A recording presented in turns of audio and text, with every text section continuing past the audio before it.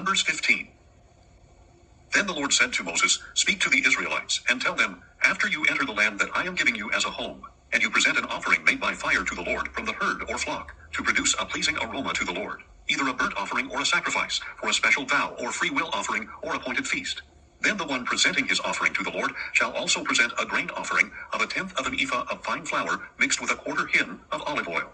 With the burnt offering or sacrifice of each lamb, you are to prepare a 1/4 hin of wine as a drink offering.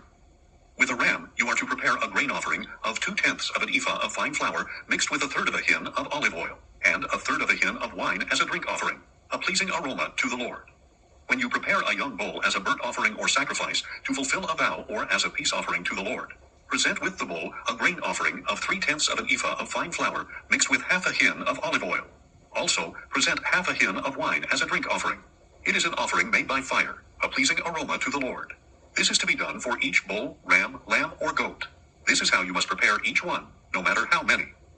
Everyone who is native born shall prepare these things in this way, when he presents an offering made by fire as a pleasing aroma to the Lord. And for the generations to come, if a foreigner residing with you or someone else among you wants to prepare an offering made by fire as a pleasing aroma to the Lord, he is to do exactly as you do. The assembly is to have the same statute both for you and for the foreign resident. It is a permanent statute for the generations to come. You and the foreigner shall be the same before the Lord. The same law and the same ordinance will apply both to you and to the foreigner residing with you. Then the Lord said to Moses, Speak to the Israelites and tell them, When you enter the land to which I am bringing you, and you eat the food of the land, you shall lift up an offering to the Lord. From the first of your dough, you are to lift up a cake as a contribution. Offer it just like an offering from the threshing floor. Throughout your generations, you are to give the Lord an offering from the first of your dough.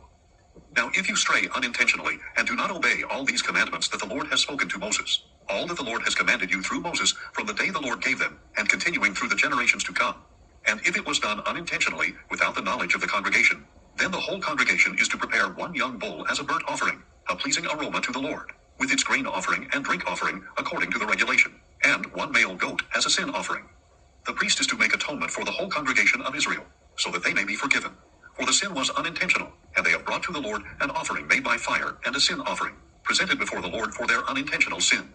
Then the whole congregation of Israel and the foreigners residing among them will be forgiven, since it happened to all the people unintentionally. Also, if one person sins unintentionally, he is to present a year-old female goat as a sin offering, and the priest shall make atonement before the Lord on behalf of the person who erred by sinning unintentionally. And when atonement has been made for him, he will be forgiven. You shall have the same law for the one who acts in error, whether he is a native-born Israelite or a foreigner residing among you. But the person who sins defiantly, whether a native or foreigner, blasphemes the Lord. That person shall be cut off from among his people. He shall certainly be cut off, because he has despised the word of the Lord and broken his commandment. His guilt remains on him. While the Israelites were in the wilderness, a man was found gathering wood on the Sabbath day. Those who found the man gathering wood brought him to Moses, Aaron, and the whole congregation. And because it had not been declared what should be done to him, they placed him in custody. And the Lord said to Moses, The man must surely be put to death. The whole congregation is to stone him outside the camp. So the whole congregation took the man outside the camp and stoned him to death, as the Lord had commanded Moses. Later the Lord said to Moses, Speak to the Israelites, and tell them that throughout the generations to come, they are to make for themselves tassels for the corners of their garments, with a blue cord on each tassel. These will serve as tassels for you to look at, so that you may remember all the commandments of the Lord, that you may obey them, and not prostitute yourselves by following your own heart and your own eyes.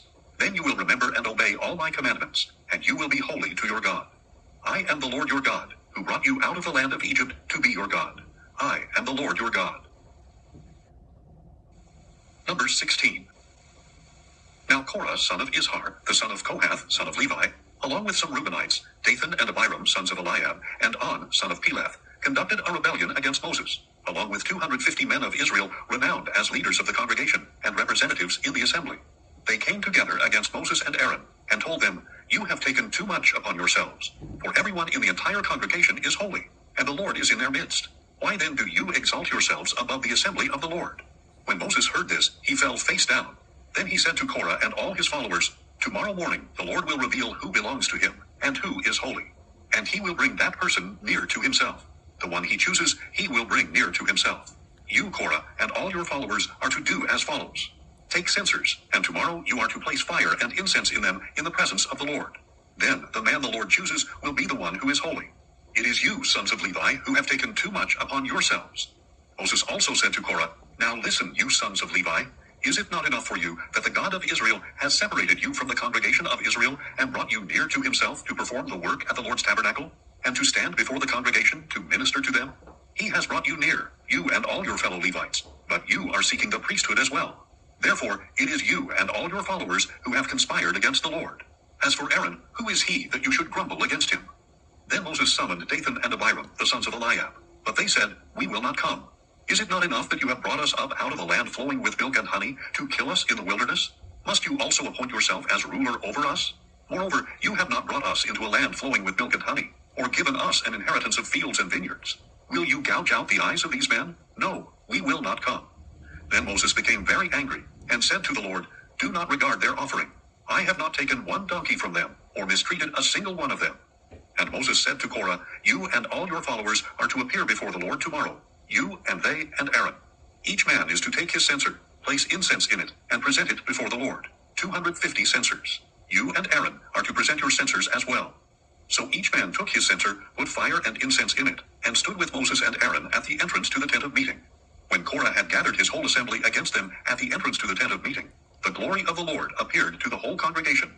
And the Lord said to Moses and Aaron, Separate yourselves from this congregation so that I may consume them in an instant.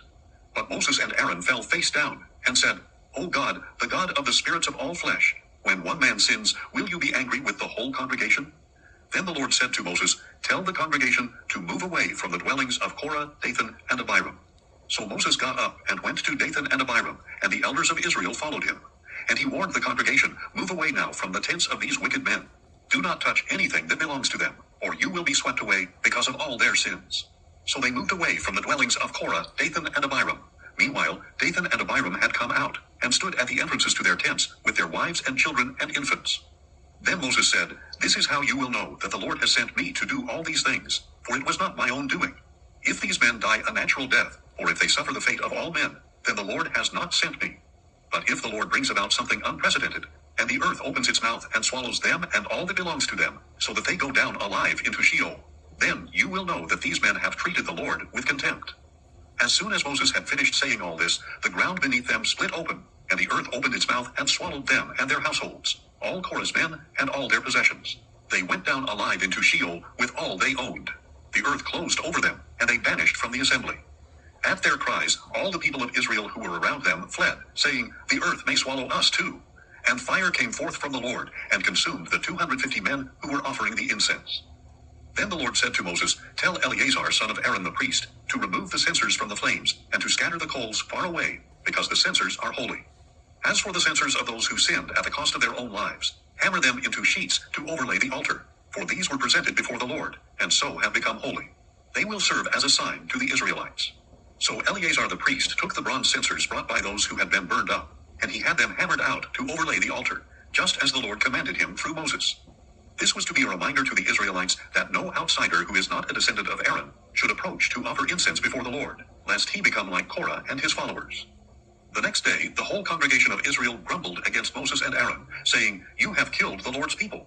But when the congregation gathered against them, Moses and Aaron turned toward the tent of meeting, and suddenly the cloud covered it, and the glory of the Lord appeared.